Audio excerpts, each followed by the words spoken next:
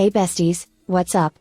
Before we get into anything else, a big shout out to my lovely patrons, Eilish, TT Rizariai, Rose Oceans, Saren and Ali.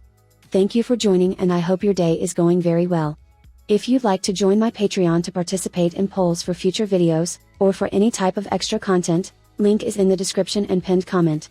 Thank you again, and now let's get to what we all came for, reviewing recent K-pop styling. The one thing that can make me like a group regardless of how bad a song or album is. No shade, but, Idol, this one is in fact about you. Today we have a good selection of the most memorable groups, to me of course.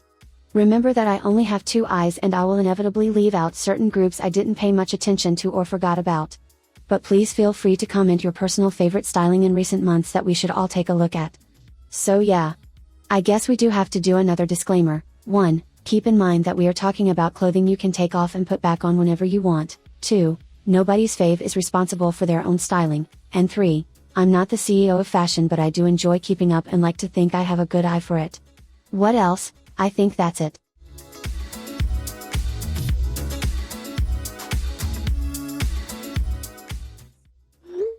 First up, let's talk about my favorite girls. Do I threaten to leave the fandom every time I realize how long it's been since their last comeback? Yeah, but with good reason. Imagine my surprise when I saw the teasers. I did in fact gasp and collapse to the floor. Is it better than what they did for How You Like That? I'm afraid not, but it is pretty damn close. I love that they chose to wear Mugler, very fitting for this theme I think. By the way, isn't it fantastic how we got duped again? One thing Blackpink's creative director will do is get us excited with really cool and futuristic looking teaser clips and then never use the idea ever again. Thanks babe. We don't want anything new and different anyways. Let's keep recycling themes and pretend it's their concept. Big ass trucks next to Jennie, check. Ancient Greek buildings that's falling apart in the back, check. Rosé living through a natural disaster, check. I'm not hating, all I'm saying is, Blackpink is one of the only groups that come back like once every 2 years and still decide to change almost nothing when it comes to aesthetics. Same old ideas reimagined. And what do we all do? Eat it up and eat it up once again. Why do we do this to ourselves? Are we really that starved of content? How are all the other girl groups eating them up in terms of creativity, and yet the biggest girl group with the biggest budget imaginable is holding back the good shit? Any fucking ways. We are not going to derail this conversation, going all the way back to the clothing. Basically they look fantastic and I'm upset the looks are nowhere to be found in the music video. Speaking of, the first set of outfits were these very stunning cream and beige toned ensembles. So fucking good, holy shit. Especially because these are the first set of outfits they chose for a chorus this minimalistic and jarring to hear. Excellent choice, I will give them that. On to the, interesting rap part. We have Lisa and Jennie sporting very unknown brands. Jokes aside, Lisa looks really cool in that outfit, and I love the way Jennie's soccer shirt was styled with the excessive Chanel pearls and the gigantic Vivienne Westwood choker. I am obsessed. Could have done without the Celine shoutout, but I'll just pretend I don't hear it. Moving on to the second chorus. I'm a bit conflicted. I'm liking some of the looks individually, but together it seems like a bit of a mess. Especially dislike Jennie's denim jumpsuit and Lisa's camo pants. Though I think Lisa looks incredible from the waist up, Jisoo still got the best outfit. Lastly, the gra-ta-ta section. I don't have strong feelings about any of these. Overall, it fits, it works, I like it. In conclusion, not worth the wait, but it was good enough to get me excited for the title track and album. And I'm still silently wishing for this vibe to return back to us. Please please please. I know somehow some way, Teddy Park is responsible for this loop we're stuck in. Get it together, old man. Next we have of course, NewJeans. The lovely girls begging for attention and in return receiving more than enough. With Attention they managed to bring back the effortless styling that was popular in the early 2000s. Even though the word trendy makes me want to break something, this is the perfect adjective to use here, and there's really nothing wrong with that. The best part is that it doesn't feel forced at all. Choosing big oversized football jerseys and shorts really make them stand out from the rest in the best way possible. My favorite thing is how all of them rock the same long hair and fling it around mid-choreo. So cool and so fun. It reminds me a lot of ITZY in a way, but a more polished version, if that makes sense. Carefree and fresh, but actually well dressed. Is that a shady thing to say? In my honest opinion, I think JYP styling is a bit outdated. They're not exactly known to set trends in my eyes. But yeah, ITZY, we love you, anything you wear is fine in my book. Now on to Hype Boy. Arguably has the best fits, Especially love these set of outfits. You can tell that they made sure to color match so nobody looks out of place. Something that is very hard to do when you got multiple people to dress, and having to style flashy clothes at that, not an easy task. This could have totally gone wrong as well, but they came prepared and delivered us something to remember. Lastly, we got Cookie. I'm really liking this oversized blazer and tie on Minji. I think in general choosing a gray and black color palette fits this type of minimalistic song and helps to not overpower it. In my opinion, NewJeans had the best styling of any group in recent months, if not the entire year. Everything seems well thought out, and I am almost certain that their stylists carefully picked out every little piece and put it together with intent. That's how you do good styling, and that's how you end up influencing fashion trends. It's time to drag my faves. The boys' comeback with Whisper was a bit of a disappointment for me. However, I understand that time was not on their side and ISD is the devil, so, what options do you have as a stylist except quickly come up with something? That won't stop me from discussing what went wrong though. Here's how we could have potentially fixed it. Overall, I genuinely do not hate the styling like some other people. A lot of you guys acted like they were dressed in garbage bags. Bitch, it's still good to decent styling for a promotion era this short. I think the main issue is that we do not have a clear theme going on. Like, okay, now we know they were supposed to be angels? That did not click for me. Even the teasers were super confusing and didn't make much sense when everything was put next to each other. If we're being serious here, they just didn't get the time they needed to prepare for everything. Obviously good styling takes planning. Think of Thrill Ride, that most definitely didn't just happen overnight. Anyways, let's get to the fun part and imagine how the styling could have been like. In an alternate universe, where Cracker didn't merge with Play M, and they actually knew how to do time management correctly, this is what we could have gotten for Whisper. Firstly, to make the angel concept more obvious, white has to be used throughout no matter what, whether it's accessories or clothing, white is a must. I actually thought we could have used lots of fur details, maybe in jackets or hoods, just like they did with their light stick, but I have to keep in mind that in this alternate universe, seasons still exist, and if they came back at the same time it would be torture. Back to what I was saying, white is a must, 1 or 2 skin-tight tops with matching gloves. You know who's getting those. Next, cloud motifs, baby blues and pinks. Mesh tops and holographic pants. Are you following the vision, babes? This knitted vest I found on Pinterest, very cute. Speaking of hearts, a heart-shaped bag strapped to their legs? Probably annoying to dance in, but this is what you do for fashion. Slayage over comfort. Moving on to the accessories, eye patches in the shape of a heart. Excessive gems on the face, anywhere would be cute, eyes, cheeks or ears. I think all of that is pretty and fitting. Finally, hear me out, wings. Everybody clap. Something for the last day of promotions perhaps would be a nice way to wrap up the era. Do we have any final thoughts? Let me know. Overall, the styling for Whisper wasn't my favorite, but we still had fun.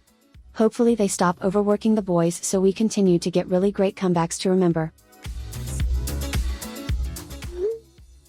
To keep this short, I think Twice's stylist going for a lingerie-inspired wardrobe was a good first idea, but as always, JYP doesn't know how to make it fashionable or at least somewhat interesting. Some of the accessories just look awkward and unnecessary to me. A harness? In 2022? Are you seriously telling me that we had nothing else to choose from? I did like a few individual looks here and there, and I think 1 or 2 stages had overall good group styling, but, I hate to say it, I am not very impressed right now. And then pulling out the ties and miniskirts a la Miu Miu seems like a lazy choice. Do they look nice? Yeah. Is it still lazy? Yeah. They could have played with that lingerie aspect a lot more. Also, I know it's hard to dress so many members, but I wish they would pay closer attention to Junghyun. Obviously I do not know whether or not they actually picked out different outfits, and after discussing them with her, she herself decided that she'd be much more comfortable wearing something else. That could very well be the case, and I believe whatever makes her comfortable performing in, is what should be respected. Though seeing only her in random jackets and oversized gray hoodies, I can't help but wonder if it's Twice's stylist showing once again, how little they care when it comes to styling Junghyun, or, if that was really her own decision. Overall, the song is much better than the styling, and they in fact had a few strong looks that I just wish weren't just given to Sana or Na-yeon. Watching so many Ateez performances, I noticed a lot of things I think are worth talking about in this video. First, I believe Mingi is officially the best dressed member in Ateez for almost every era I can remember. From debut till now, Mingi has always stood out to me with the most interesting styling. You can tell that their stylists has lots of fun dressing him. It is definitely easier to dress his body type, as he's not only tall as hell but slim, with very minimal muscle mass. Also, he has a look that matches almost any style. Speaking of having a look that matches a variety of styles, obviously in a group, keeping a certain balance is crucial. With Ateez, who usually has strong and loud concepts, some members simply tend to fit that style a lot better than others. San, for example, is perfect to do experimental styling for. Hongjoon can handle big oversized clothing and bold hair colors, as can Seunghwa, who really can make damn near anything look hot and sexy. How does he do it? Is it his height? Is it the hair, his strong bone structure? A combination of all three is most likely the answer. In contrast though, we have members like Yoonho, who has a rather boy next door look, with soft and kind looking features. Although sometimes he can make street style work, most often than not, simple styling suits him best. Another member that in my opinion clashes with Ateez's concepts, is our dear Jongho. The man who can captivate any audience by belting his little heart out. I don't know 100% what it is, but Ateez's stylist still to this fucking day can't seem to figure out what to do with his wardrobe. And honestly, I don't know either. It's especially jarring to see him next to everyone else. It's something I genuinely think about a lot when I see their live stages. I wonder why we don't do tight shirts and looser fitting pants. Anything is better than the same oversized hoodies and boring ass jackets. All in all, their styling was good as always, lots of highlights that are memorable to me, and of course, Seunghwa. Oh my god, you are so gorgeous, it's unreal. To end this video, let's talk about IVE and their styling for After Like. Unfortunately, disappointing.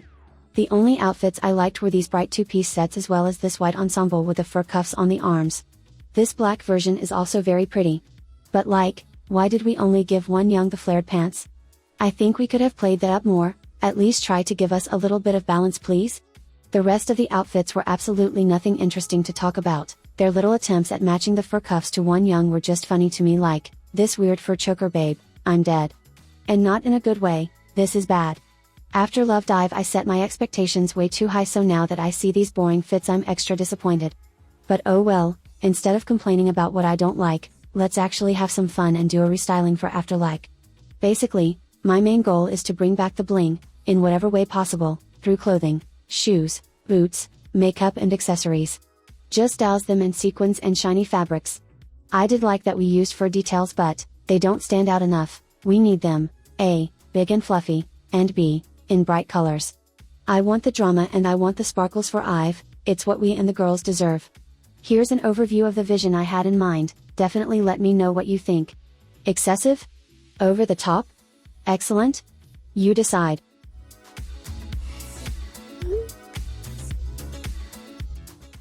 And that is it for the video. Thank you guys so much for watching as always.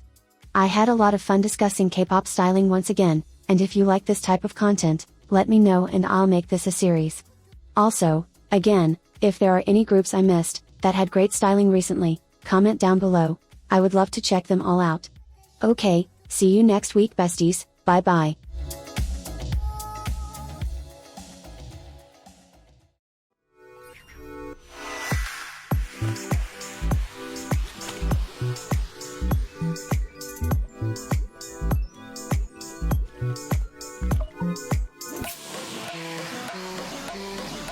잠을 들려고 잠을 들려 해도 네 생각에 또 새벽 3시 알려줄 거야 they can have it no more 봐봐 여기 내 이름 써있다고 yeah 누가 내게 뭐라던 남들과는 달라 넌 maybe you could be the one 날 믿어봐 한번 I'm not looking for this man maybe I could be the one oh baby 예민하다 난 lately 너 없이는 매일매일이 yeah 재미없어 어쩌지 I just want you come on phone right now